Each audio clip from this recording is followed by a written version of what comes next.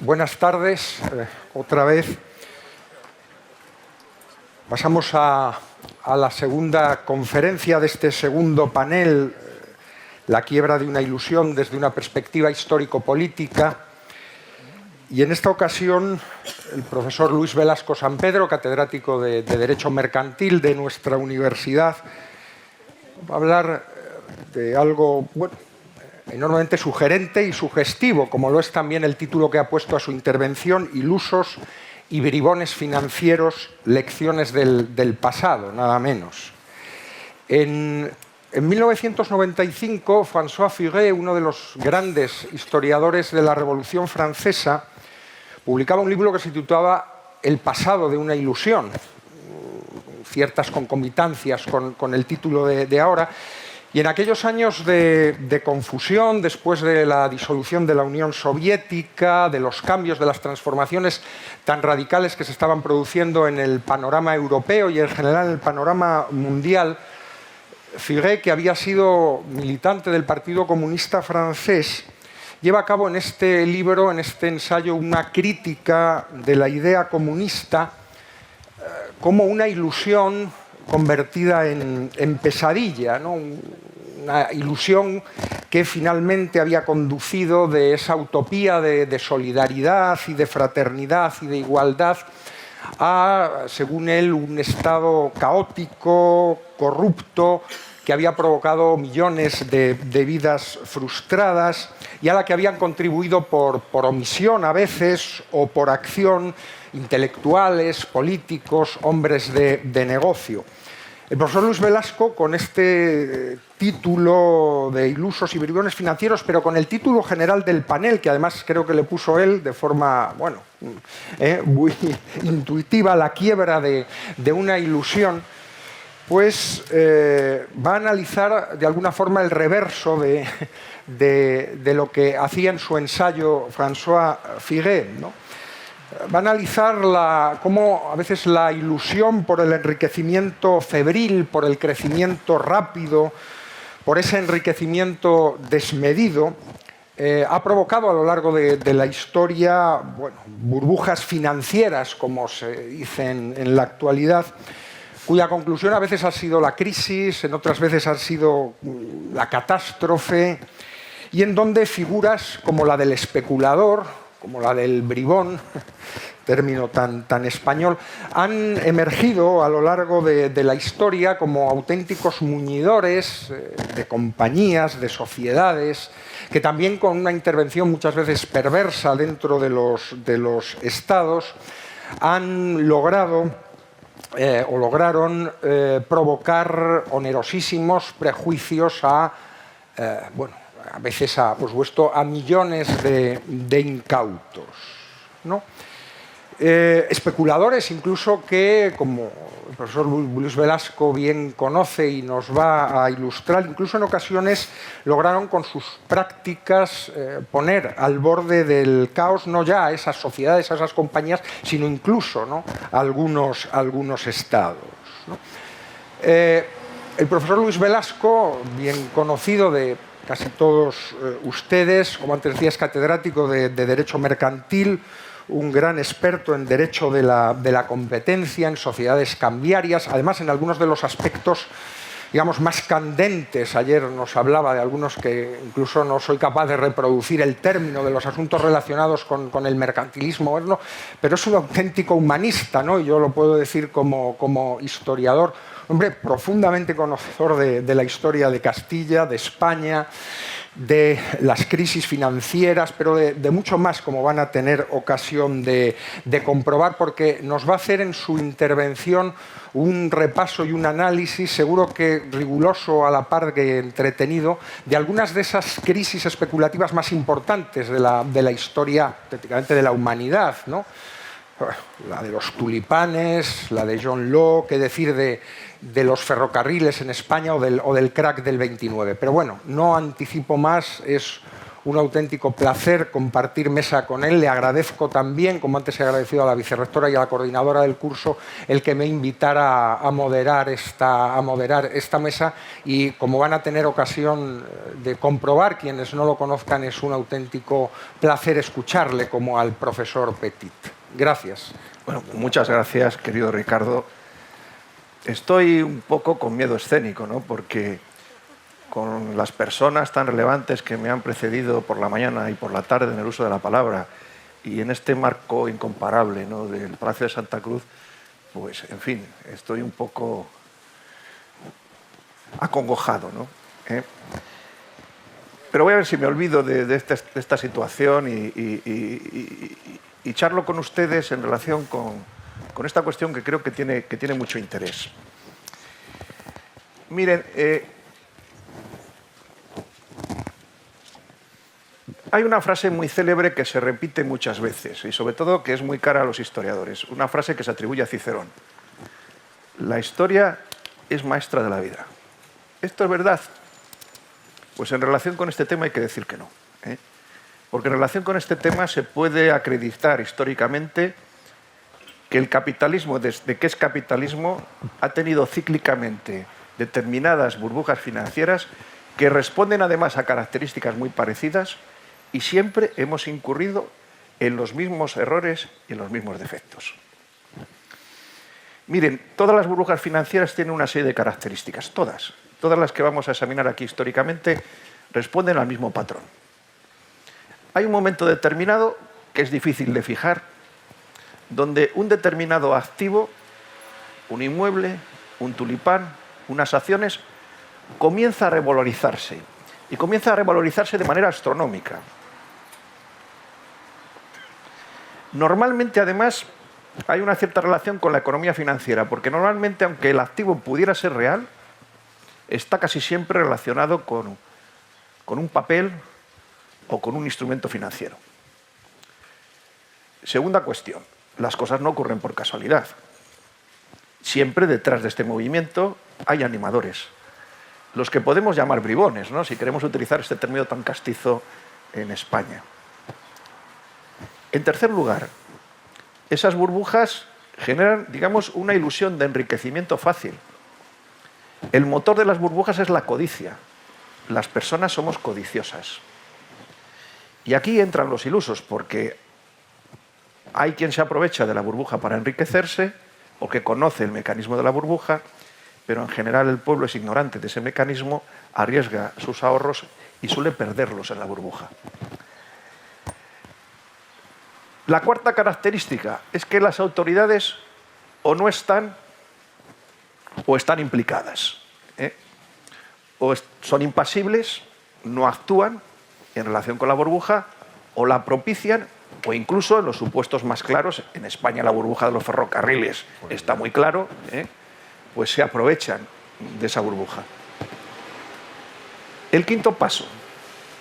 Es difícil decir que el rey está desnudo, pero en algún momento alguien tiene cordura, dice, pero bueno, ¿dónde hemos llegado? Pero esto no es así. Era Machado el que decía que todos los necios confunden valor y precio, pero en algún momento hay alguna persona sensata que ve que no es lo mismo valor que precio. Y entonces, cuando se descubre que el rey está desnudo, la burbuja se desinfla, pero ojo, no se desinfla poco a poco, se desinfla abruptamente, implosiona, y cuando hay una explosión, ¿qué ocurre? Pues los que están a los alrededores quedan afectados. Y en sexto lugar, consecuencias. Todas las crisis o todas las burbujas financieras han tenido como consecuencia, como mínimo, una crisis económica. A veces, en las más graves, han tenido como consecuencia una recesión. Pero incluso tenemos burbujas financieras que han ocasionado guerras, revoluciones, etcétera, etcétera. Lo decía antes a la televisión. El crack del 29, que está en el origen de la Gran Depresión, cuando se traslada a Europa, es una de las causas del ascenso del nazismo en Alemania. Lo dicen todos los historiadores que han estudiado la época. Kershaw, por ejemplo, ¿no?, el biógrafo de Hitler, en realidad el historiador más más minucioso sobre esa época. Probablemente, sin las consecuencias de la crisis de 1929 en Alemania, el partido nazi habría sido un grupo con una representación parlamentaria modesta. El partido nazi acabó ganando elecciones en Alemania, ciertamente con mayorías relativas, una primera vez con una mayoría más pequeña, otra segunda vez con una mayoría mayor, y con una gran habilidad en el manejo de la propaganda política, el entreguismo, digamos, de los partidos de derecha, etcétera, etcétera, pues se acabó haciendo con el poder en Alemania, con las consecuencias que todos conocemos. De alguna manera, el mundo en el que hoy vivimos, de una forma u otra, pues no deja de ser hijo de la Segunda Guerra Mundial. Bueno, pues ¿qué voy a hacer yo aquí? En primer lugar, me gustaría, adelantando un poco los términos, porque esto a lo mejor lo podríamos hacer al final, pero yo creo que es mejor hacerlo al principio, preguntarnos por qué ocurre esto. Miren, yo prácticamente en el único libro de economía que creo es en el Génesis. El primer libro del Pentateuco, de la Biblia, está el sueño del faraón. El faraón sueña con las vacas gordas y las vacas flacas y no sabe qué significa eso. Y le dice a José que se lo explique, ¿no? Y José le explica que en Egipto va a haber 7 años de prosperidad económica y 7 años de depresión, 7 años de miseria y de problemas. Pues esto ocurre, porque la economía es cíclica siempre. ¿Por qué es cíclica? Seguramente porque los seres humanos individualmente considerados somos ciclotímicos, unos más y otros menos, ¿no?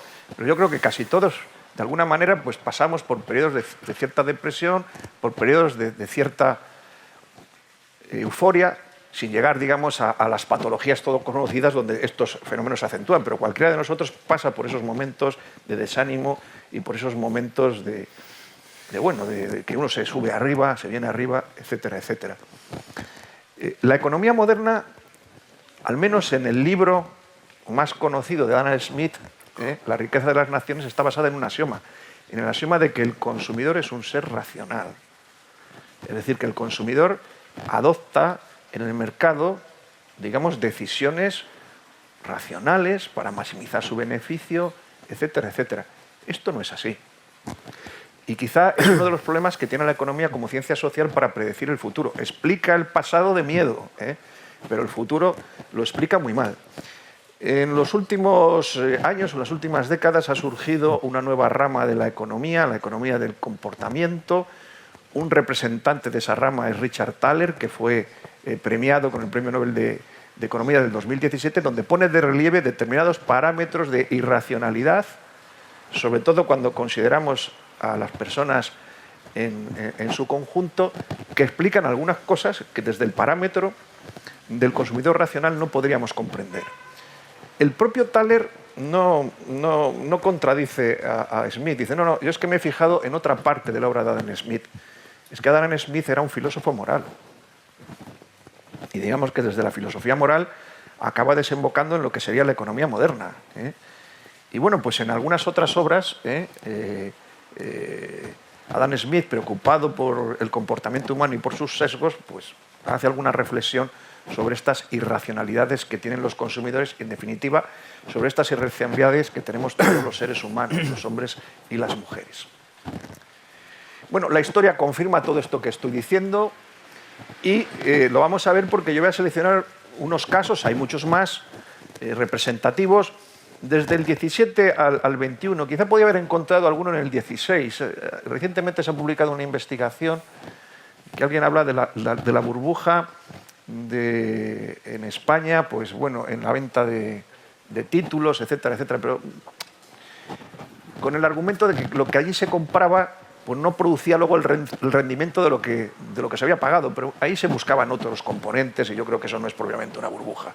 Entonces, bueno, vamos a pasar al siglo XVII, donde aparece la burbuja de los tulipanes, seguiremos con el XVIII, con la burbuja de John Law en Francia, llegaremos al XIX con la burbuja de los ferrocarriles, lo hubo en todos los países europeos, pero me voy a centrar en el caso español, que tuvo características muy peculiares, y sobre todo recordando que afectó a una ciudad como Valladolid. Valladolid, a mediados del siglo XIX, llegó a ser la tercera plaza financiera de España. Se llegó incluso a plantear la apertura de una bolsa de comercio. Solo había 2 bolsas de comercio entonces, la de Madrid y la de Barcelona. Todo aquello se fue abruptamente abajo a partir del año 1864. Y yo creo que los ferrocarriles y la burbuja de los ferrocarriles tuvieron mucho que ver en aquello. Y llegaríamos ya en el siglo XX, hasta ahora estoy hablando de crisis que afectan a países, a crisis ya globales, como el crash de 1929 y la última crisis, la del 2007 y 2008. Pero mejor la explicación de esa crisis la dejamos para los encuentros de dentro de 15 años. Porque primero, dudo que hayamos salido de ella y además creo que todavía nos falta un poco de perspectiva para entenderla. Pero bueno, si luego hay diálogo, podemos hablar de la crisis del 2007-2008. La burbuja de los tulipanes. Bueno, quizá todos o casi todos sabemos que los tulipanes realmente son flores ornamentales y surgen de los bulbos, ¿no? Esto que está aquí en la diapositiva, en ese extremo inferior derecho, ¿no? Bueno, el tulipán parece que es una planta que es originaria de Turquía, llega a otros países europeos a mediados del siglo XVI y pronto se convierte en una flor de prestigio, de tal manera que todo jardín de persona distinguida pues tenía que tener tulipanes. Particularmente esto sucede en los Países Bajos. Y esta burbuja de la que voy a hablar pues se origina en 1634 y estalla abruptamente en 1636, es decir, estamos hablando de 2 años. Está muy circunscrita a los Países Bajos, aunque también hubo algo de esto en otros países, pero sin llegar a los límites que se alcanzaron en los Países Bajos. No se sabe muy bien por qué en 1634 comienzan a incrementarse exponencialmente los precios de los bulbos de tulipán. En aquel momento, para valorar los bulbos, se ve cuál es la variedad de tulipán, porque hay muchas variedades de tulipán. Ahí tenemos el mito del tulipán negro, ¿no? Que incluso hay algunas novelas que se refieren a esta planta. Y tiene tanta importancia el peso de los bulbos que se va a medir en una fracción de grano, en una unidad que había en Holanda, que eran los pedis. Para que nos hagamos un poco idea de a dónde llegaron los precios en el momento culminante, les he traído aquí en 2 columnas los precios que alcanzaban un bulbo de tulipán y los precios que alcanzaban otros bienes. Yo no sé muy bien cuál sería el poder de compra del florín en aquel momento, pero en fin, comparándolo con otro tipo de bienes nos podemos hacer ideas. Por ejemplo, un bulbo de 400 peris, uno solo, de esta variante Admiral Lifken, 4.400 florines. De 446 peris, Admiral van der Eyck, 1.250 florines. El Schilder, de 106 peris, o sea, muy pequeñito, 1.615 florines. El Viceroy, de 400 peris, 3.000 florines. El Semper August, que debía ser ya el acabose, de 200 peris, 5.500 florines. Bueno, se podían comprar 4 bueyes por 480 florines, 12 ovejas por 120 florines, 2 las de trigo, que más o menos sería equivalente a 4 toneladas de trigo, de 448 florines. Recordemos lo que era un tulipán, por favor. Hay incluso una anécdota de que un marino va a ver a un comerciante, había estado en ultramar mucho tiempo, no conocía los tulipanes, vio el hombre allí un bulbo de tulipán, creyó que era una cebolla y se la comió. Bueno, delito de lesa majestad. Tuvo muchos problemas ese hombre porque, claro, como un cliente que tuve yo en una época que fui abogado, que para almorzar en un bar, que estaba allí trabajando en ese bar como pintor, pues abrió una botella de gas Sicilia, ¿no? Entonces, bueno, es un poco para que pueda yo tragar bien el bocadillo. Desde el punto de vista financiero es importante porque, claro, en Ámsterdam tenemos unos mercados financieros ya bastante experimentados. Hay un judío de origen español, don José de la Vega, que escribe Confusión de confusiones, a mediados del siglo XVII, que describe un poco el funcionamiento de la bolsa en los Países Bajos. Ya había allí compañías coloniales y ya se negociaba sobre acciones, ya se negociaba sobre obligaciones, sobre metales amonedados o no, etcétera, etcétera. Bueno, tenían una cierta experiencia financiera y se crea un mercado en Ámsterdam y en otras plazas importantes en relación con los tulipanes. Y aquí encontramos un antecedente de los actuales mercados de futuros, porque viendo el auge de los precios y viendo que los tulipanes pues, necesitaban, digamos, producirse o cultivarse los bulbos, etcétera, para que luego pudiéramos plantar los tulipanes, pues los mayoristas compraban, digamos, futuros bulbos, confiando en una subida de precios. Lo compraban a un precio que podía ser elevado en ese momento, pero pensaban que dentro de 8 meses, cuando los bulbos estuvieran ya, digamos, listos para ser plantados o ser comercializados, pues valdrían mucho más. Bueno, el ansia de comprar bulbos de tulipán fue tal que muchas personas liquidaron sus propiedades para poder obtener numerario, y había que liquidar muchas propiedades, había que vender muchos bueyes y muchas ovejas y muchos las de trigo para poder comprar tulipanes. Y esto produjo, lógicamente, pues inflación, produjo inflación que llegó a las tierras, que llegó a las casas, pero que llegó también a los productos de primera necesidad.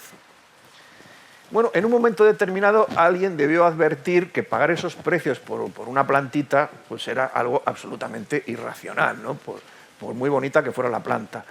Y los precios comenzaron a bajar, y comenzaron a bajar abruptamente, no es que se depreciaran ligeramente. De tal manera que llegó un momento que en relación con esos contratos de futuro, pues los que habían hecho los contratos de futuro o no podían cumplirlos o ya no les convenía cumplir esos contratos porque esa mercancía sobre la que habían operado había bajado abruptamente de precio. Y bueno, entonces el gobierno, en vez de dictar una solución, pues creó determinadas comisiones para ver cómo se podía solucionar aquello. El mecanismo técnico no tiene ahora importancia. Y al final hubo una solución que el propio gobierno auspició, que fue la siguiente: declarar los contratos anteriores a una determinada fecha, concretamente a noviembre de 1636, como contratos nulos e ineficaces. Y respecto a los posteriores, los compradores podían quedar liberados, digamos, de esos contratos pagando el 10% del precio que hubieran comprometido. La solución era razonable, pero lógicamente las personas que habían experimentado pérdidas importantes con esta materia, pues no la aceptaron y fueron a los tribunales. Y las acciones judiciales fracasaron. Y fracasaron con un argumento muy ingenioso que podríamos tener en cuenta también para supuestos del presente y que yo sepa no se ha alegado hasta ahora. El argumento de que podían considerarse deudas de juego porque estaban basadas en la apuesta, y las deudas de juego tradicionalmente no generaban acción en juicio. En el derecho español vigente tenemos todavía un residuo de esa norma, está formalmente vigente en el artículo 1798 del Código Civil.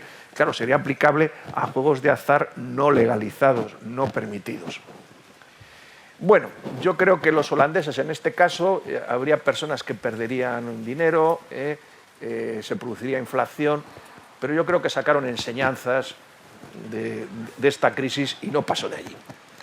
No ocurre lo mismo con la siguiente. La siguiente es una crisis que se va a producir a comienzos del siglo XVIII en Francia.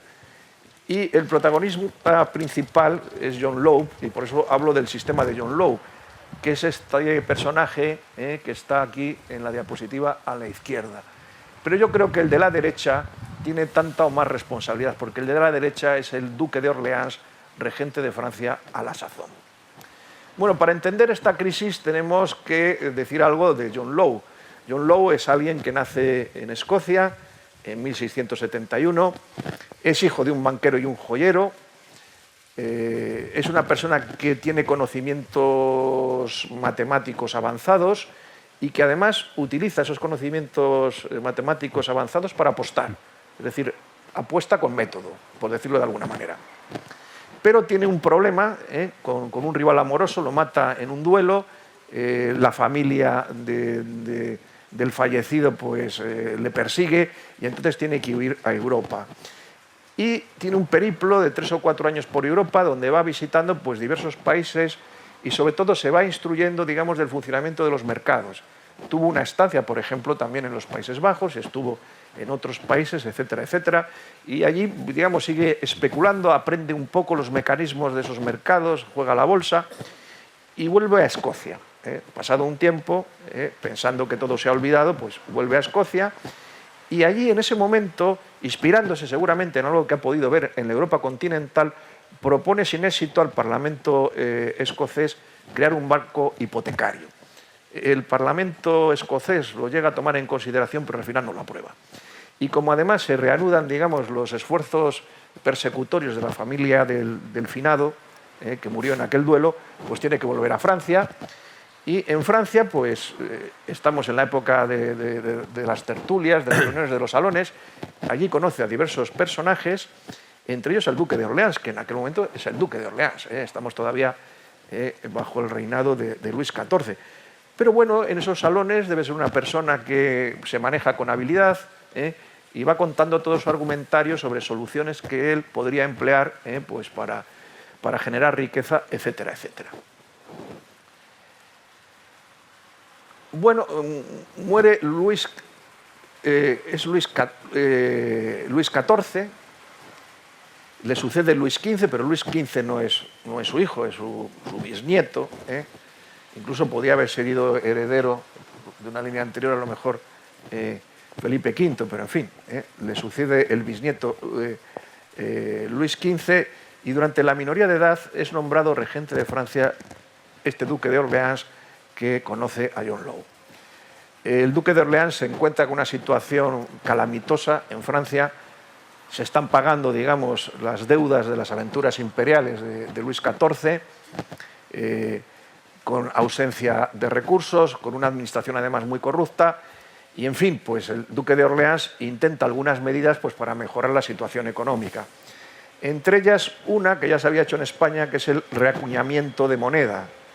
Es decir, pues pedir a los ciudadanos que traigan sus monedas a las cecas reales para volverlas a acuñar con un valor menor, etcétera, etcétera. Esto ya se ensayó en España con los Austrias, Felipe III, Felipe IV, con el resellamiento de los vellones, y ya se vio que aquello no funcionaba. Y en Francia tampoco funcionó. Entonces, en un momento de desesperación, pues debe acordarse de aquellas ideas brillantes de John Law en los salones a los que iba John Law y lo llama. Y le pide que le haga un informe sobre la situación en Francia y cómo se podía remediar.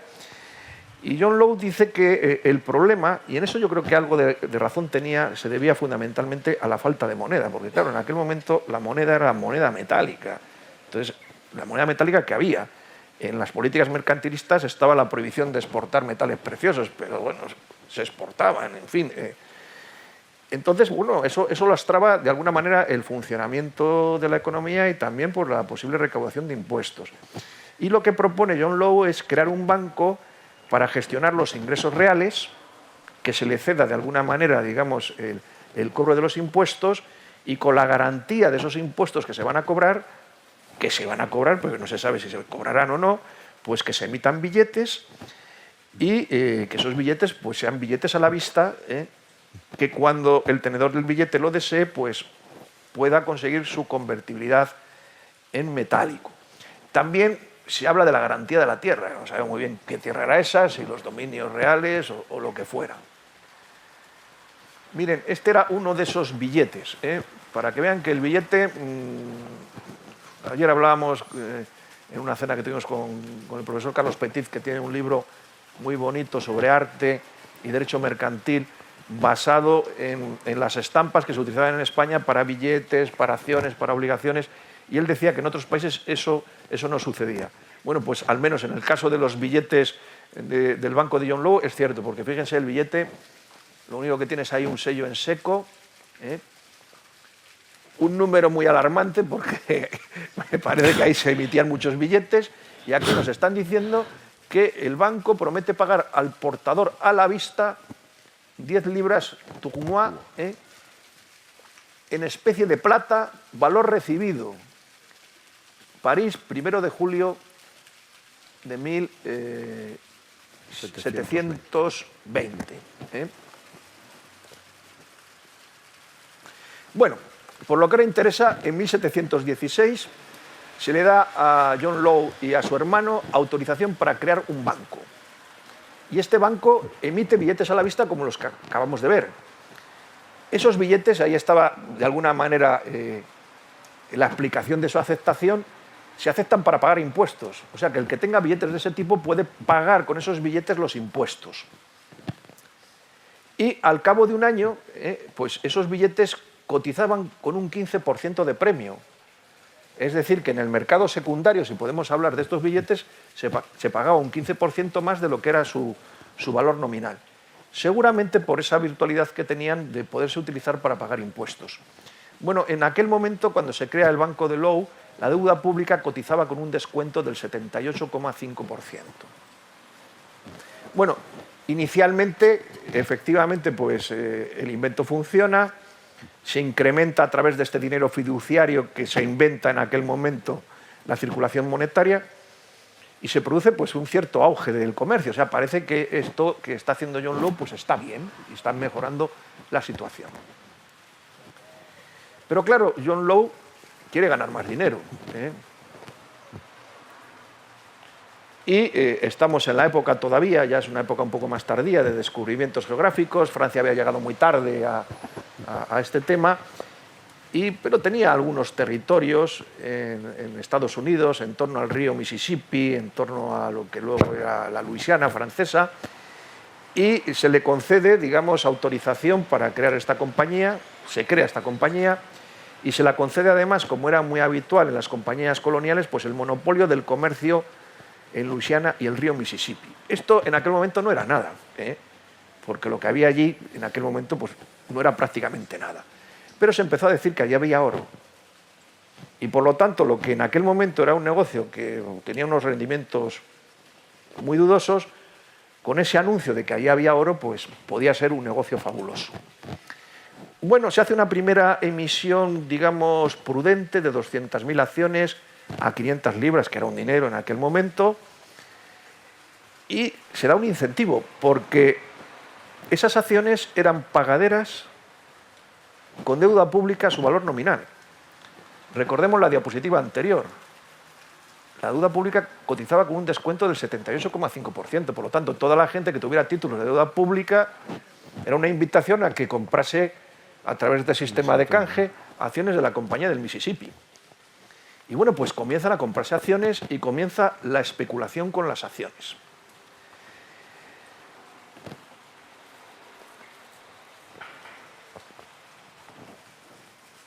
Esto tiene también éxito.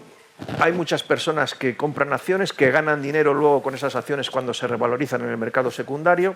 Y en un momento determinado, aunque el banco de Law era un banco, digamos, privado, no hay que confundir, lo ha puesto de relieve en su Historia del Derecho Mercantil el profesor Pietet, compañía privilegiada con empresa pública. Son dos cosas distintas, a veces coinciden, pero muchas veces no coinciden, pero en este caso se va a producir una coincidencia porque, digamos, ese banco se publifica y se le dan más privilegios. Y claro, el regente, como necesita dinero, pues ya no tiene ningún tipo de límites y ordena la emisión de billetes por valor de 1.000 millones de libras y sin ningún tipo ya de respaldo mínimamente real a esa emisión de billetes.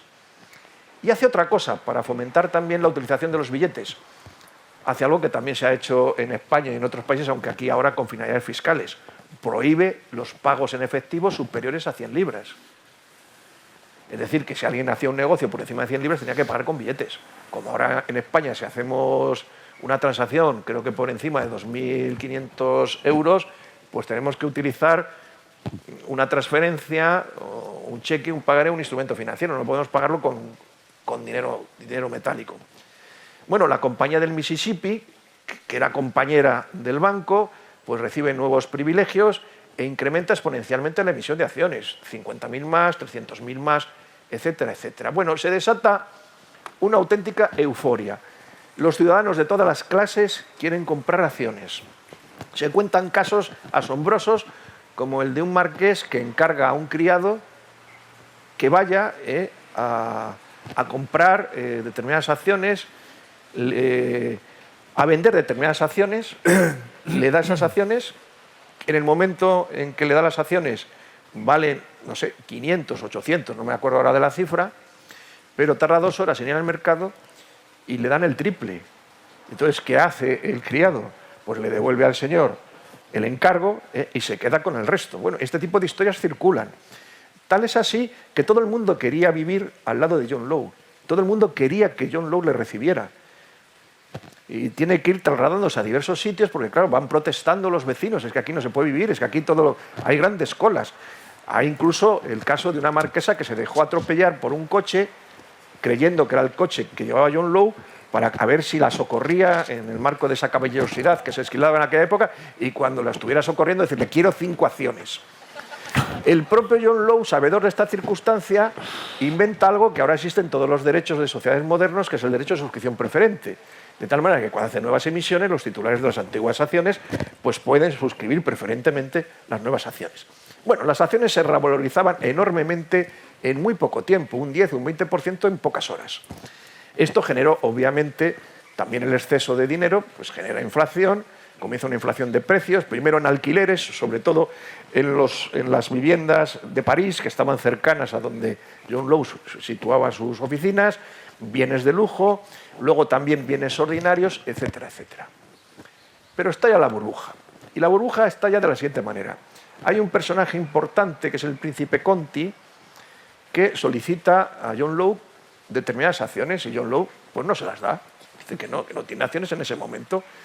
Entonces esta persona se rebota, podemos decir en términos vulgares, y enojado porque no se le dan las acciones, pues coge todos los billetes que tenía del banco y se presenta con todos los billetes en el banco para que hagan honor a esa promesa que hemos visto en el billete y le den el metálico correspondiente.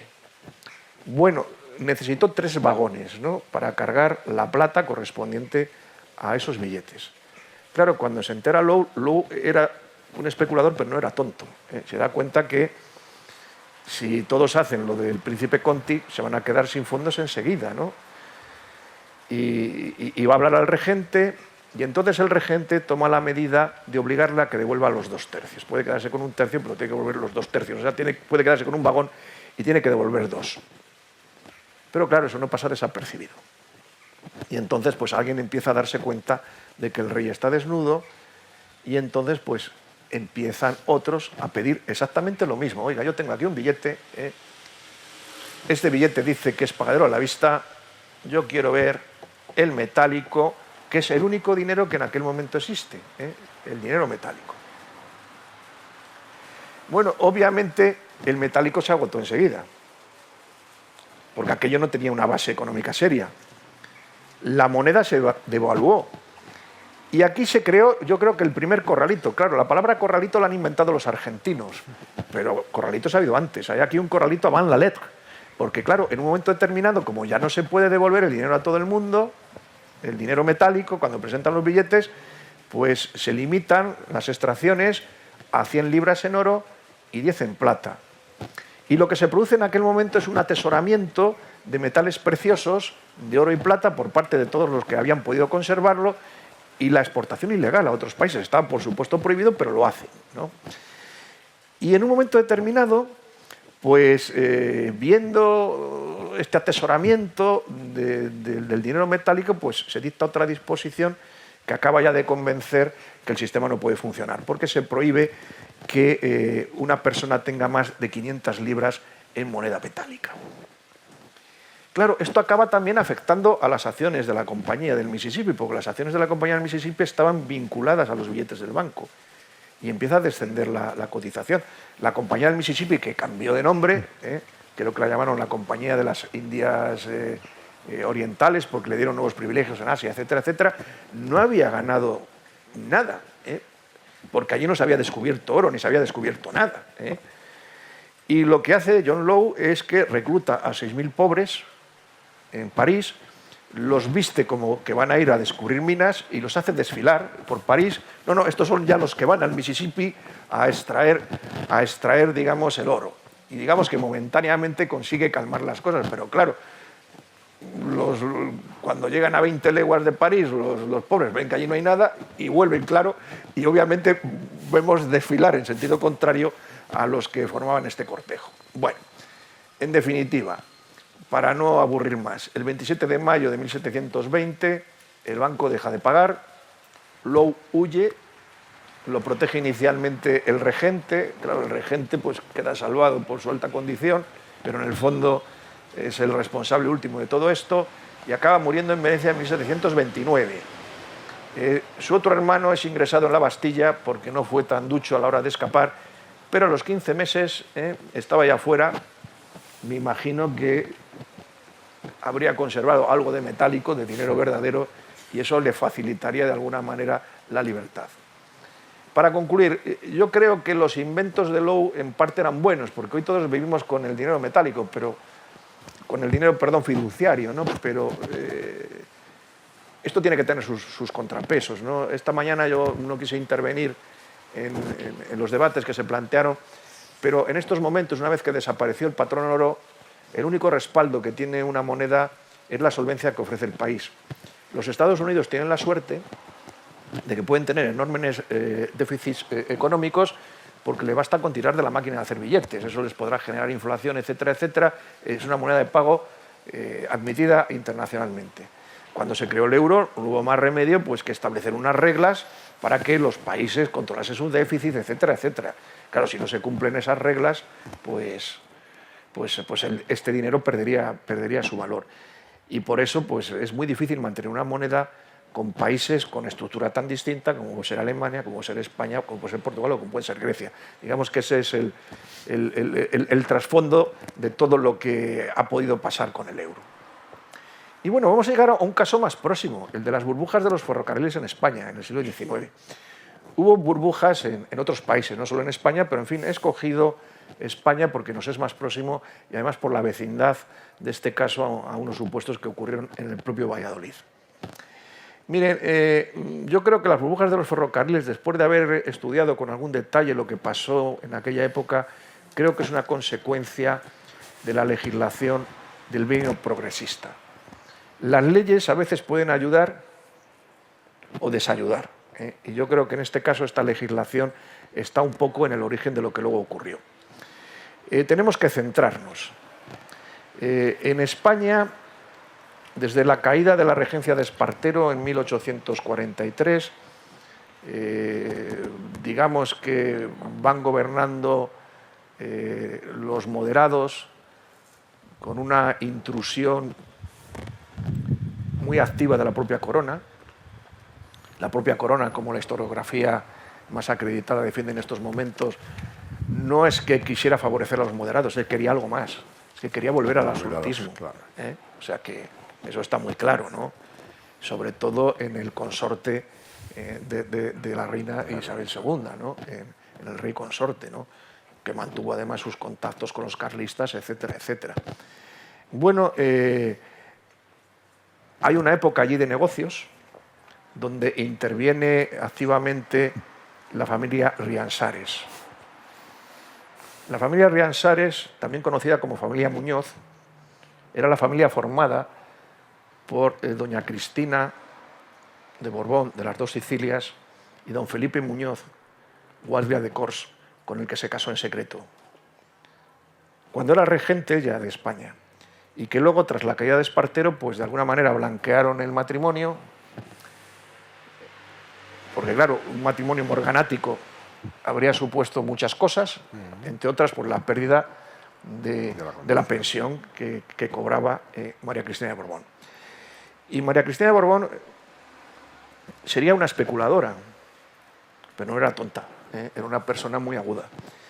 Y hizo muchos negocios con su marido, donde estuvieron implicados muchos personajes, entre ellos el que sería el futuro marqués de Salamanca, aunque el marqués de Salamanca tendrá luego mucho recorrido. Bueno, el asqueamiento general sobre estos negocios y el autoritarismo de la última época de ese reinado de Isabel II con San Luis, etcétera, pues es el que provoca, digamos, la conciencia de que hay que cambiar la situación y se produce esa revolución en el año 1854, que a veces decimos progresista, pero ojo, ahí hay personas que no son progresistas, como O'Donnell, que es uno de los protagonistas digamos, del pronunciamiento en Vicálvaro, etcétera, etcétera. Y bueno, pues se forma un gobierno bajo la presidencia del Duque de la Victoria, bajo la presidencia de este personaje que tiene una calle todavía dedicada en Valladolid, que es el general Espartero, jefe teórico, nunca práctico, de los progresistas. Y bueno, estos quieren liberalizar la economía porque sobre todo a través de esos negocios en legislación muy rígida, dirigida solo a determinadas personas, pues se piensa que liberalizando la economía pues las cosas se van a solucionar. Y se dictan dos grupos de leyes. En primer lugar, la Ley de Ferrocarriles de 1855, donde se trata de fomentar la construcción de ferrocarriles, porque en España en aquel momento prácticamente no había ferrocarriles. El de Mataró, el de Aranjuez y poco más. Había concesiones sobre el papel, pero no se habían comenzado a desarrollar. Y se quería construir ferrocarriles. Y ahí se fomenta la construcción de ferrocarriles mediante subvenciones del Estado. En segundo lugar, se van a dictar leyes bancarias en el año 1856. Se va a liberalizar la creación de bancos de emisión y sobre todo se van a permitir el nacimiento de unos bancos que hoy podríamos llamar bancos de negocios, que son las sociedades de crédito, que es una cosa muy rara, que es una mezcla de banca, pero que a su vez puede emprender actividades industriales fundamentalmente de construcción de obras públicas. Se está pensando en los ferrocarriles. Se está pensando que esta banca va a tener que financiar fundamentalmente los ferrocarriles y coadyuvar al esfuerzo del Estado en la construcción de los ferrocarriles. Bueno, el bienio progresista desaparece abruptamente, pero esta legislación pervive, cosa que además es lógica, porque poco después de la desaparición, digamos, del bienio progresista, O'Donnell inicia su gobierno largo. Está 5 años, es el gobierno más largo de toda la época histórica. Bueno, para resumir y no aburrirles, ¿cuál era el esquema especulativo? Esquema especulativo que se inicia en 1855-56 para construir los ferrocarriles. Ojo, los ferrocarriles se construyeron, y eso sí que fue una proeza técnica, porque prácticamente en 1864 lo que es la red básica desde Madrid hasta las costas y las fronteras está hecha. Está hecha. Bueno, pues el esquema especulativo tenía estas 4 fases, que explica además muy bien Tortella en su libro sobre los orígenes del capitalismo en España. En primer lugar, la concesión del ferrocarril. Claro, esto era lo fundamental. Teóricamente los ferrocarriles se concedían mediante subasta a la baja de las subvenciones públicas, pero en la práctica esto no era así. Los personajes más relevantes, Remisa, Salamanca, etcétera, eran los que obtenían las concesiones, o los hermanos Pereire, que le compran la del norte en su momento a Salamanca, que la había obtenido. Esa también fue otra de las causas del bienio progresista. En segundo lugar, se contrata la construcción del ferrocarril, porque claro, hay que construir el ferrocarril. Y el contrato de construcción se lo atribuyen los propios promotores de la compañía de ferrocarril, que luego van a vender ese contrato de construcción a la sociedad de crédito de la que eran socios. Y lógicamente lo van a vender con sobreprecio. En cuarto lugar, la obra es emprendida por la sociedad de crédito, pero ojo, es emprendida con precios inflados, muy por encima, digamos, de los costes reales de hacer el ferrocarril. Cuarta y última fase, pero que realmente es simultánea a todas las anteriores, se van pregonando las virtudes del ferrocarril. Este es un negocio excelente, este es un negocio en el que se va a ganar mucho dinero, se vaticinan grandes beneficios y esto produce especulación con las acciones, de tal manera que los ferrocarriles, aún antes de ganar un solo duro, si queremos utilizar esta terminología, porque entonces también existía el duro, pues se ven beneficiados, digamos, de un incremento de los precios. Entonces los promotores avispados pues pueden irse desprendiendo de esas acciones o traficar con las obligaciones. Pero claro, estalla la burbuja. La burbuja estalla más o menos en torno a 1864. Hay un cierto contexto que ayuda al estallido de la burbuja. No lo explica, pero ayuda a ese estallido. El contexto es que estamos dentro de la guerra de secesión norteamericana. El principal exportador de algodón del mundo era en estos momentos, pues bueno, pues los Estados Confederados, que no pueden obviamente, hacer esa actividad. Eso produce un encarecimiento del algodón y eso produce un encarecimiento de los productos textiles y eso produce una disminución drástica de la demanda y como consecuencia de ello, pues algunas fábricas de tejidos en todo el mundo van a empezar a quebrar y las entidades financieras que las apoyan, pues lo mismo. Pero sobre todo, lo importante fue constatar que los ferrocarriles, una vez terminados, de ninguna manera iban a generar los ingresos que se prometían. Yo les voy a poner un ejemplo que he estudiado. Uno de los bancos que se crea en Valladolid, que es el Crédito Castellano, emprende la construcción de un tramo del ferrocarril entre Alar y Santander, Alar del Rey y Santander. Ese ferrocarril tenía su lógica porque en Alar del Rey, digamos, terminaba el Canal de Castilla y entonces la idea era pues transportar las mercancías por el canal y cuando llegasen a Alar del Rey, como no se podía hacer un canal por la cordillera cantábrica, pues ir por ferrocarril a Santander. Bueno, pues en 1864 todavía no está terminado todo el ferrocarril, queda un tramo de unos 20 kilómetros sin terminar, pero ya el ferrocarril está en explotación y se hace mediante carretas el tramo intermedio. Se generan anualmente unos 9 millones de reales. Y solo los intereses de la deuda alcanzaban 11 millones al año. Es decir, no tenían ingresos ni para pagar los intereses de la deuda. No digamos para devolverla y no digamos también para pagar a los accionistas, porque ojo, en aquel momento los accionistas se le pagaban con intereses. No existían los dividendos en el concepto moderno de que un accionista cobra dividendos y la compañía tiene beneficios. No. Tú cuando invertías en una compañía te aseguraban un interés. Y estamos hablando de intereses de la deuda, no estamos hablando de los intereses de las acciones. ¿Por qué fracasó esto? Bueno, los ferrocarriles fracasaron básicamente porque España era un país muy grande pero muy poco poblado. Es decir, teníamos en aquel momento unos 16 millones de habitantes.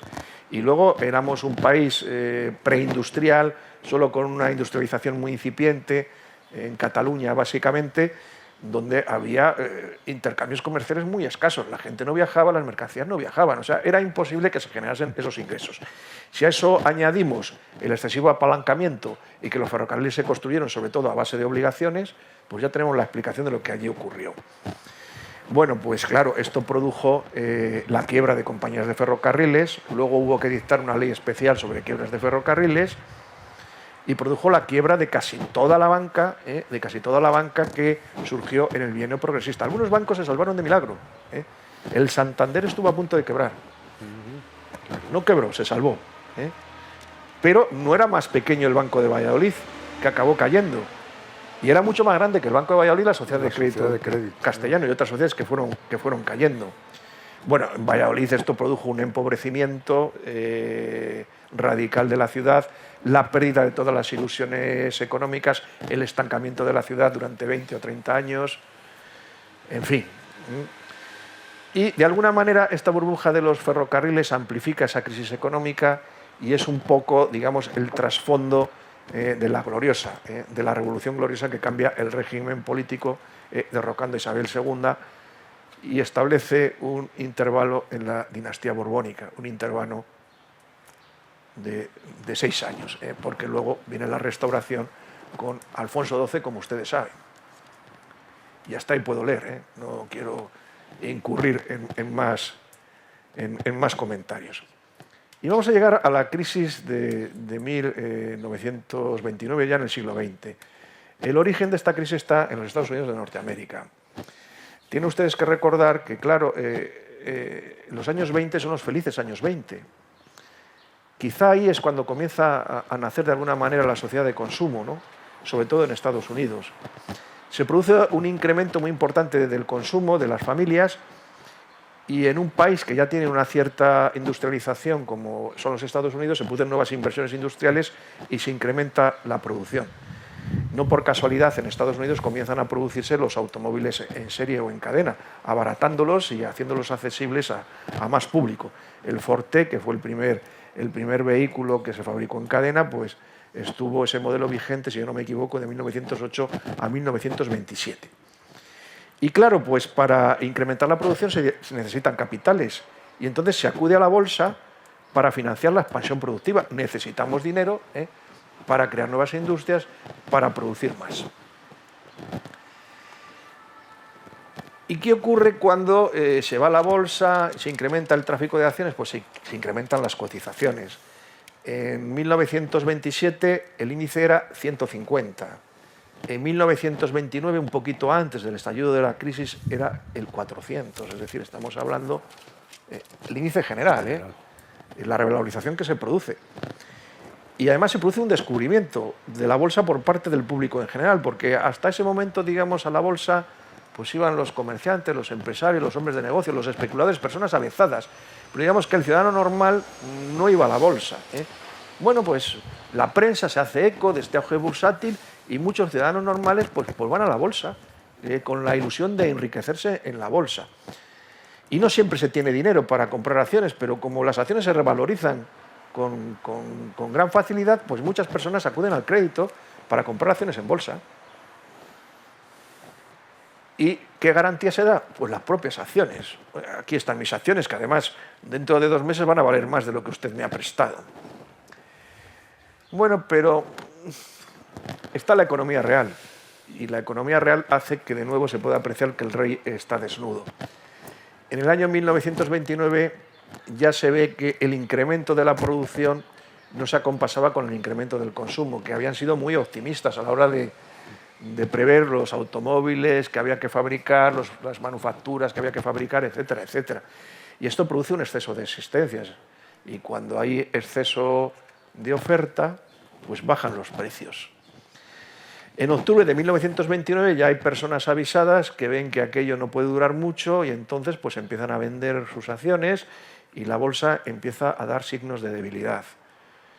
Y el presidente a la sazón, que es el presidente Hoover, pues, en fin, entonces no había televisión, pero hace unas declaraciones públicas diciendo aquello de que la economía en aquel momento va mejor que nunca.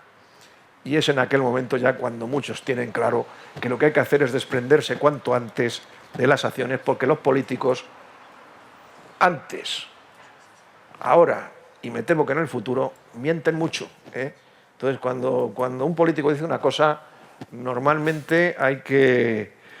Pues salvando las excepciones, normalmente hay que ver lo que... Bueno, pues en aquel momento se produce el martes negro, el 29 de octubre, y comienza la caída abrupta de las cotizaciones. Y en pocas sesiones llegamos de 400 a 50, ni siquiera a ese 150. Y van a quebrar muchos bancos y van a quebrar muchos inversores. Bueno, hay muchas personas que van a perder sus ahorros, hay muchos empresarios que se van a arruinar, pero la mayor consecuencia de esta crisis fue la Gran Depresión. De la Gran Depresión podemos ver hasta dónde llegó a través de las novelas de la generación perdida, que luego algunas se llevaron al cine. Yo siempre le he puesto aquí Las uvas de la ira de John Steinbeck, ¿no? Cómo había que abandonar las granjas, cómo tenían que ir a buscar el sustento, aquellas imágenes polvorientas en blanco y negro, ¿no? Etcétera. Bueno, las colas, algunos datos, la deflación, o sea, inflación al revés. Los precios se deprimieron un menos 33%, los salarios rebajaron un 39%, el Producto Interior Bruto de Estados Unidos entre 1929 y 1933 descendió un 30%. El paro fue un 25%. Hay que tener en cuenta que además en aquel momento no había seguro de desempleo ni otros mecanismos, digamos, de cobertura social. Bueno, unas cifras parecidas a las de Grecia, ¿no? Con lo cual, bueno, pues podemos ver en toda su dimensión el drama que esta mañana se nos estaba contando. Pero claro, Estados Unidos al menos era una democracia asentada y bueno, pues fue sorteando aquello, también con alguna política acertada. Roosevelt empieza la política del New Deal, digamos las ideas keynesianas antes o quizá van la letra, empiezan a aplicarse y bueno, pues eso poco a poco va paliando esa situación de crisis, aunque ojo, Estados Unidos solo supera la Gran Depresión realmente con la Segunda Guerra Mundial. Paradójicamente, digamos, desde el punto de vista productivo, esto le permitió, digamos, recuperar a su industria, ¿no?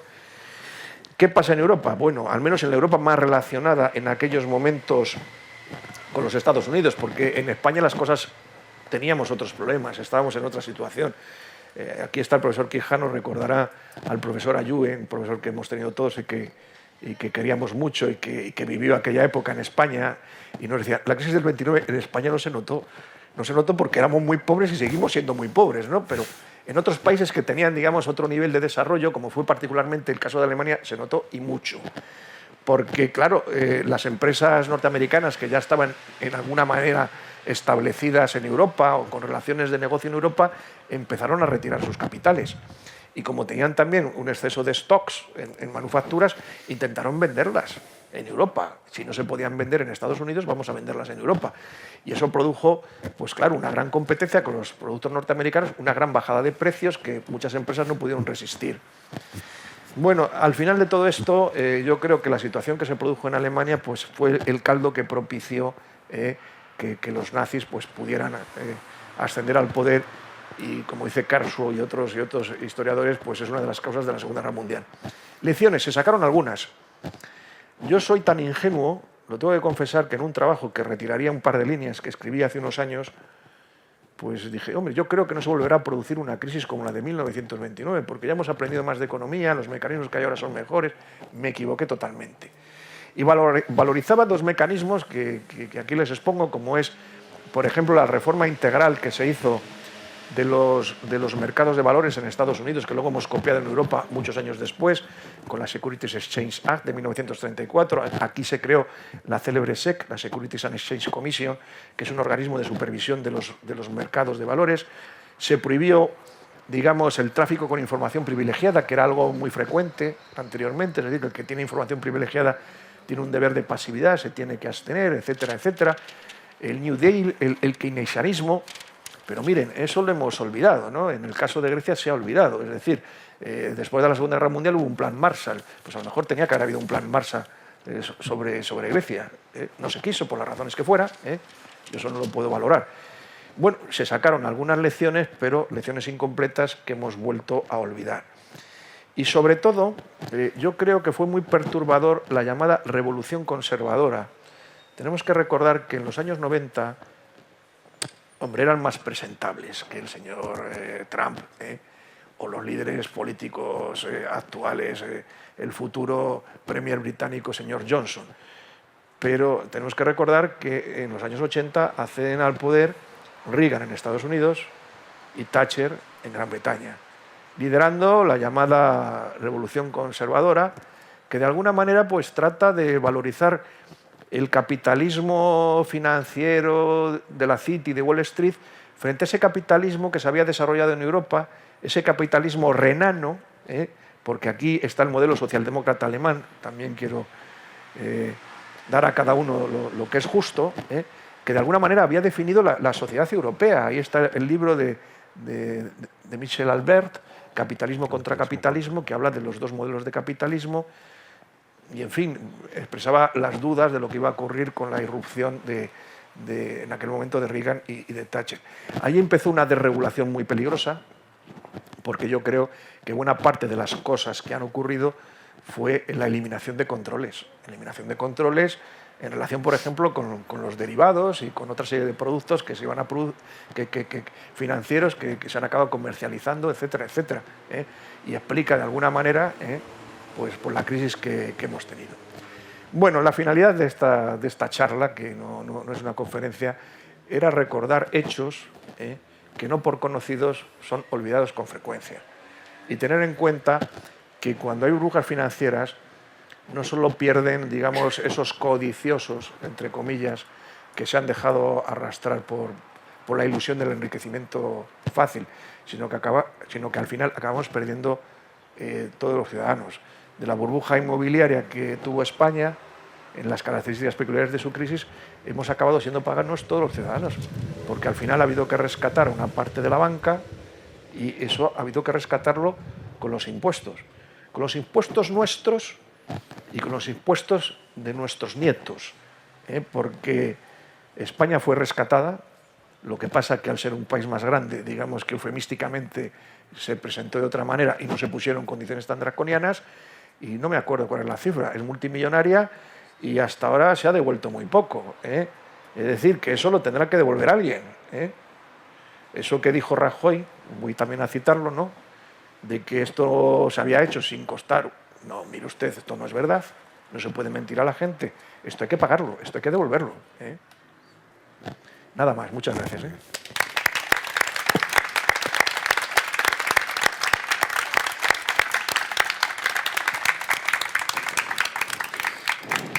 Muchas gracias al profesor Velasco. Como ven, no es desde luego un ejercicio fácil llevar a cabo un recorrido, una síntesis no meramente descriptiva, sino interpretativa sobre 4 de las burbujas, ¿no?, más importantes en la historia desde el siglo XVII. Y ahora, por supuesto, tienen ustedes también la palabra para hacer las preguntas o las consideraciones que estimen oportunas.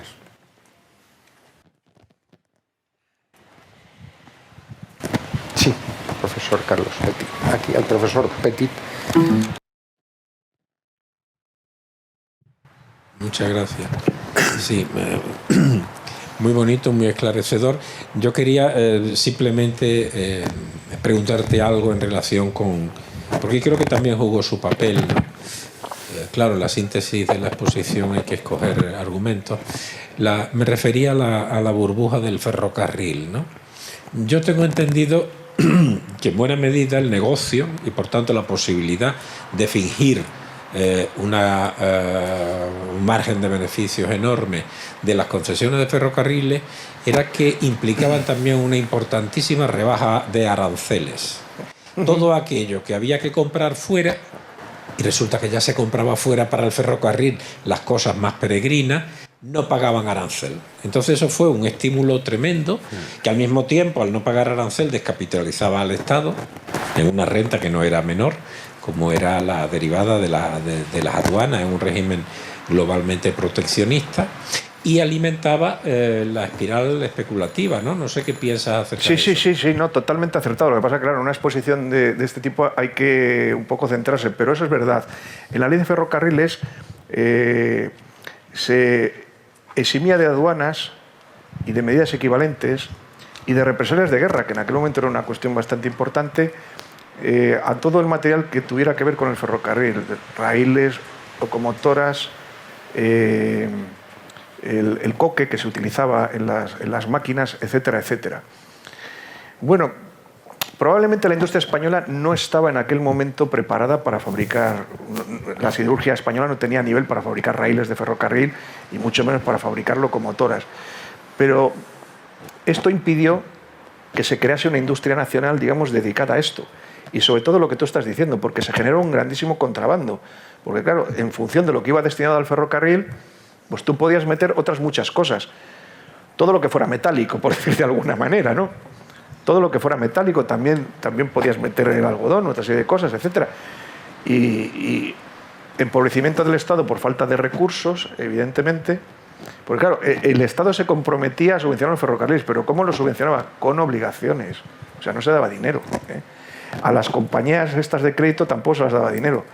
Se las pagaba, por ejemplo, al crédito castellano se le pagaba con obligaciones, con un descuento, y con obligaciones de la compañía del ferrocarril de Alar del Rey a Santander, que se llamaba Compañía de Isabel II, y también con acciones, esas por su nominal. Claro, eso mientras el mercado aceptase ese tipo de papel no había problema. Cuando dejó de aceptarlo se acabó la historia. O sea que eso que estás diciendo es verdad, porque también probablemente pues retrasó el desarrollo de la industria española pues durante bastante tiempo. Eso es verdad.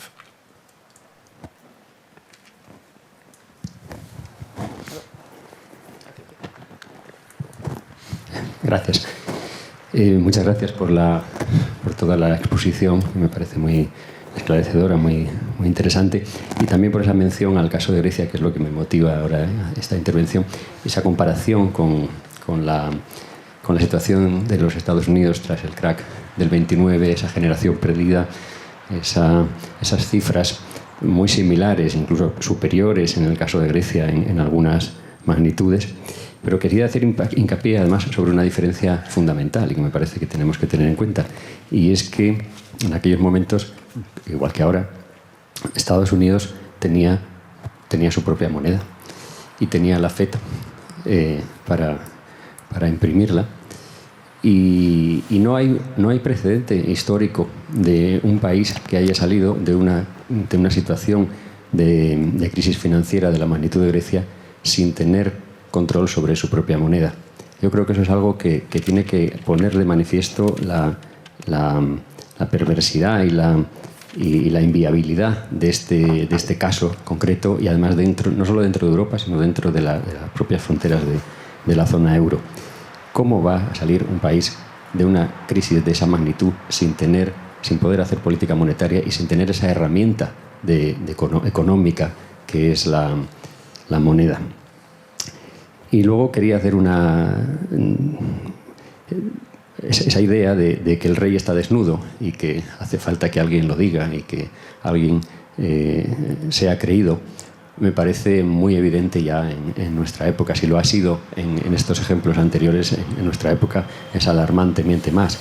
La diferencia entre la economía real, entre la suma del PIB de todos los países del mundo, que apenas supera los 70 trillones, por lo que tengo entendido, y el dinero que circula en títulos por el mundo, que supera ampliamente los 1.000, pues da una imagen de esa falacia del dinero que además es generado como deuda.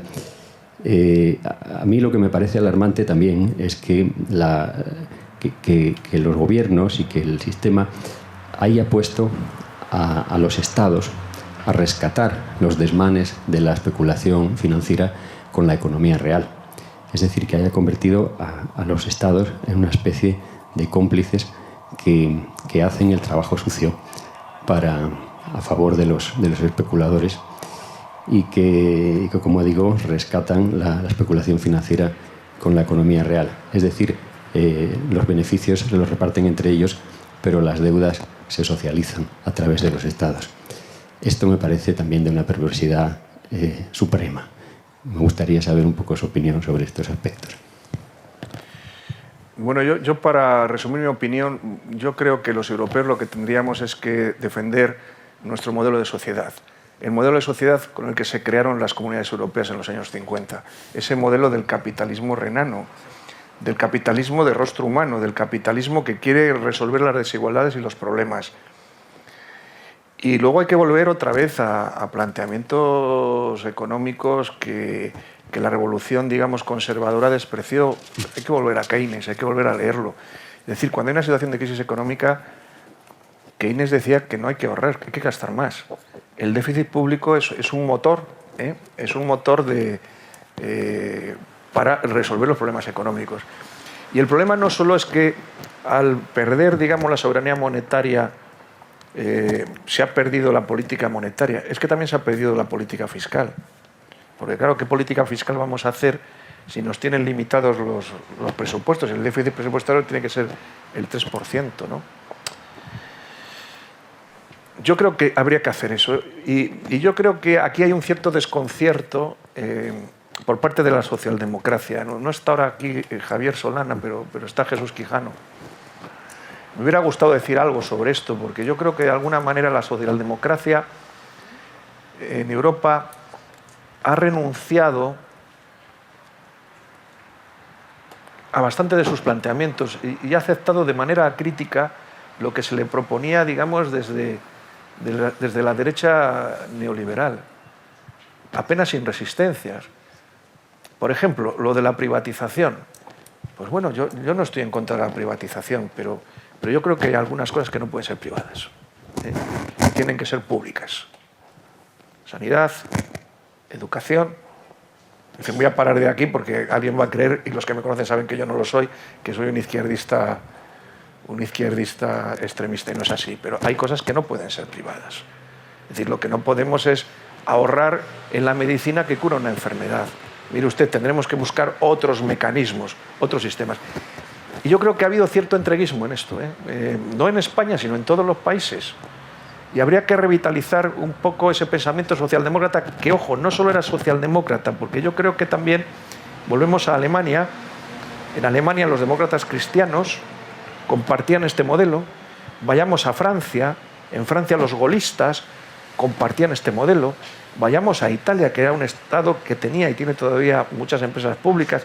La democracia cristiana clásica compartía, digamos, este planteamiento. Volvamos a restablecer este modelo europeo. E incluso, si en algún momento pensamos que esto no redunda en un crecimiento del PIB, hagamos lo que quieren hacer en Nueva Zelanda. Vamos a dejarnos de fijar en el PIB y vamos a fijarnos en otro tipo de magnitudes económicas que tienen más que ver con la felicidad y el bienestar de las personas. Vamos a ver cuál es el índice de pobreza, cuál es el índice de igualdad, cuál es el grado de atención a las personas. Esto se dice poco y yo creo que el papel que tiene un poco la universidad es que lo podamos decir. Lo podamos decir y bueno, luego pues nosotros no estamos en política, pero nosotros tenemos que decir lo que vemos. Y lo que vemos es eso, esa pérdida de modelo, y a mí me produce mucha tristeza. Nosotros tenemos aquí el Instituto de Estudios Europeos, que está por ahí su director, y tú lo has sido. Bueno, ¿qué estamos defendiendo? No estamos defendiendo el formalismo de las instituciones europeas, estamos defendiendo un determinado modelo de sociedad. Es verdad, como decía Javier Solana esta mañana, que Europa ha sido un éxito. El tema de las guerras, es decir, los ingleses tenían que darse cuenta de lo que fue la Segunda Guerra Mundial. Es decir, que no hayamos tenido guerras entre nosotros ha sido importante. Con las desigualdades, que no haya habido las hambrunas que había en el pasado, etcétera, etcétera. Pero tenemos que seguir avanzando y tenemos que avanzar sobre un modelo de bienestar. Y no podemos dejar a un país como Grecia a su suerte. Porque Grecia es Europa y Europa no se entiende sin Grecia. Es decir, los valores que ahora defendemos los europeos tienen su origen en Grecia. La democracia. Se ha citado esta mañana Aristóteles. Podemos hablar de todo ese tipo de tradiciones. Y bueno, pues no se ha hecho así. Se ha hecho unos planteamientos. Diríamos que los que hacen estos planteamientos carecen de inteligencia emocional. Tienen inteligencia numérica. Luego los números, claro, no se dan cuenta de que la economía está basada en el consumidor racional y el consumidor no siempre es racional. Que sí, que generalmente cuando suben los precios disminuye la demanda, pero a veces no. La especulación demuestra que ocurre lo contrario. Cuando suben los precios aumenta la demanda. Entonces hay que diferenciar un poco todo este tipo de situaciones. Pero vamos, comparto el discurso con estos matices que yo he hecho. Hola, buenas tardes. ¿Me toca a mí? Bueno, dejamos. Buenas tardes, gracias por su exposición tan ilustrativa. Yo solo quería hacer una pregunta. ¿Se ha tomado alguna medida de calado para después de la última crisis de la que dicen que ya hemos salido? ¿Se ha tomado alguna medida de calado para evitar que se produzca otra nueva burbuja y otra nueva crisis que nos hunda en la miseria? Bueno, sí se han tomado medidas. Por ejemplo, el reforzamiento de la solvencia de los bancos. Es decir, todo el sistema, el mecanismo que se aplicó, por ejemplo, al Popular, que estaba en una situación clarísima de insolvencia, pues es un mecanismo europeo que se ha implementado después de la crisis. Por ejemplo, un tema muy importante es cómo se gobiernan las grandes compañías. Porque al final buena parte del Producto Interior Bruto está en manos de las grandes corporaciones. Muchas de esas corporaciones son corporaciones con capital disperso. Dicho en términos más claros para los que no sean expertos en derecho mercantil, significa que nadie, por la posesión de acciones, puede mandar en esa compañía. De manera que lo que hay ahí es una sucesión de los que promovieron la sociedad o cuando fueron privatizados, pues fueron colocados por los gobiernos. Y entonces sí que se han incrementado, digamos, después de la crisis, pues los controles sobre ese tipo de compañías, mejorando los mecanismos de gobierno corporativo, estableciendo normas cada vez más precisas sobre remuneración de ese tipo de dirigentes sociales, tratando de destruir algunos incentivos perversos. Sí que se han tomado medidas en ese sentido, ¿no? ¿Cuál es el problema? Pues que yo creo que no se han tomado medidas en el sentido de los ciudadanos. Es decir, ¿qué medidas ha tomado la Unión Europea en los últimos años para reducir la brecha de desigualdad que hay entre Estados y dentro de los Estados entre los ciudadanos?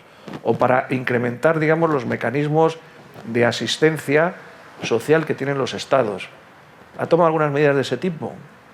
Yo no las conozco, ¿eh? Vamos, uno no puede saber de todo, ¿no? Pero yo no las conozco. Puede haber algunas declaraciones más o menos bien intencionadas, que algún líder político en un momento determinado alerte sobre estos problemas, pero usted, vamos a ver, usted ha puesto dinero, ha hecho cosas, porque por ejemplo cuando España ingresó en las comunidades europeas, y evidentemente si hubiera estado el gráfico de esta mañana de Javier Solana, habríamos visto cómo el PIB español ha mejorado y ha mejorado muchas cosas, fue en gran parte también debido a ayudas que recibimos en su momento de Europa, el FEDER, recuerdo cuando Felipe González pues negoció aquellas ayudas, los que somos más veteranos, aquí somos todos muy veteranos, como nos han recordado esta mañana, pues lo recordamos, ¿no? Bueno, ¿y por qué no hay ayudas de este tipo en estos momentos especiales para ayudar a estos países que de alguna manera han sufrido más la crisis? Y cuidado, que también la economía es mucho de expectativas, ¿no? Cuando te señalizan acabas cayendo, es la profecía autocumplida.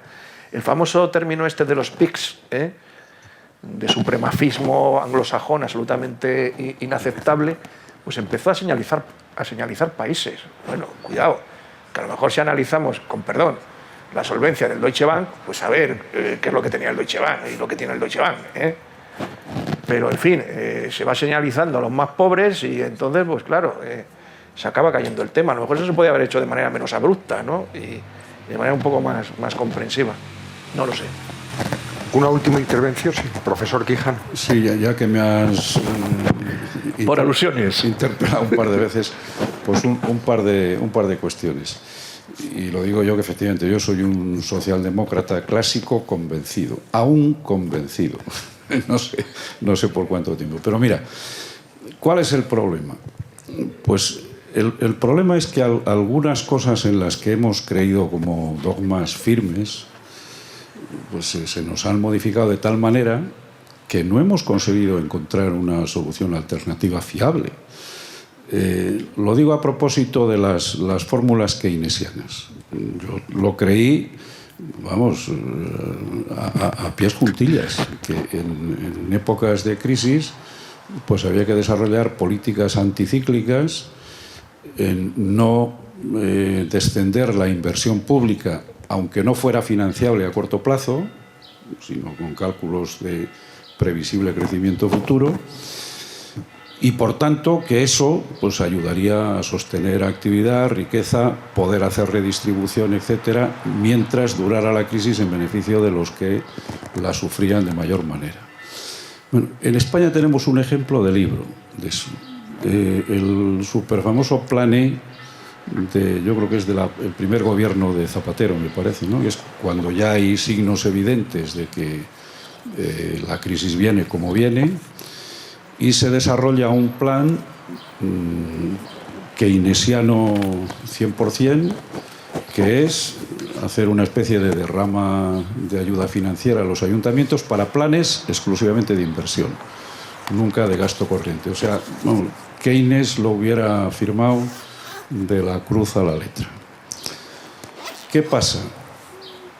Todos los economistas a los que yo he preguntado, de todos los signos, incluso ideológicos posibles, todos coinciden en que ese fue un error de libro. Mantuvo la burbuja más tiempo del necesario y agravó las consecuencias de la crisis por un problema de falta de financiación. Digo, lo pongo como ejemplo para la pregunta de fondo. ¿Qué hacemos? Digamos, ¿cuáles son las líneas firmes, los dogmas a los que nos podríamos agarrar hoy con alguna seguridad? Claro, yo creo que el problema es que todavía no hemos sabido resolver un problema que tiene difícil solución. Digamos, la época de globalización económica pues pone de manifiesto que frente a un fenómeno de globalización de la economía no se puede responder con competencias jurídicas, legislativas, que solo tienen alcance territorial, porque no tocan la economía, esas políticas de alcance territorial. Y esto pues no lo tenemos resuelto. O sea, no hay poderes institucionales con capacidad normativa de un nivel capaz de corregir los excesos y las consecuencias nefastas de la globalización.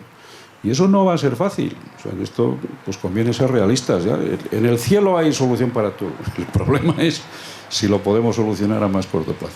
Bueno, esta reflexión de carácter general. Y añadir una cosa, porque me ha parecido interesantísima la exposición que has hecho en relación con el tema de los ferrocarriles. Digo simplemente para llevarnos un poco a nuestro terreno de la escuadra.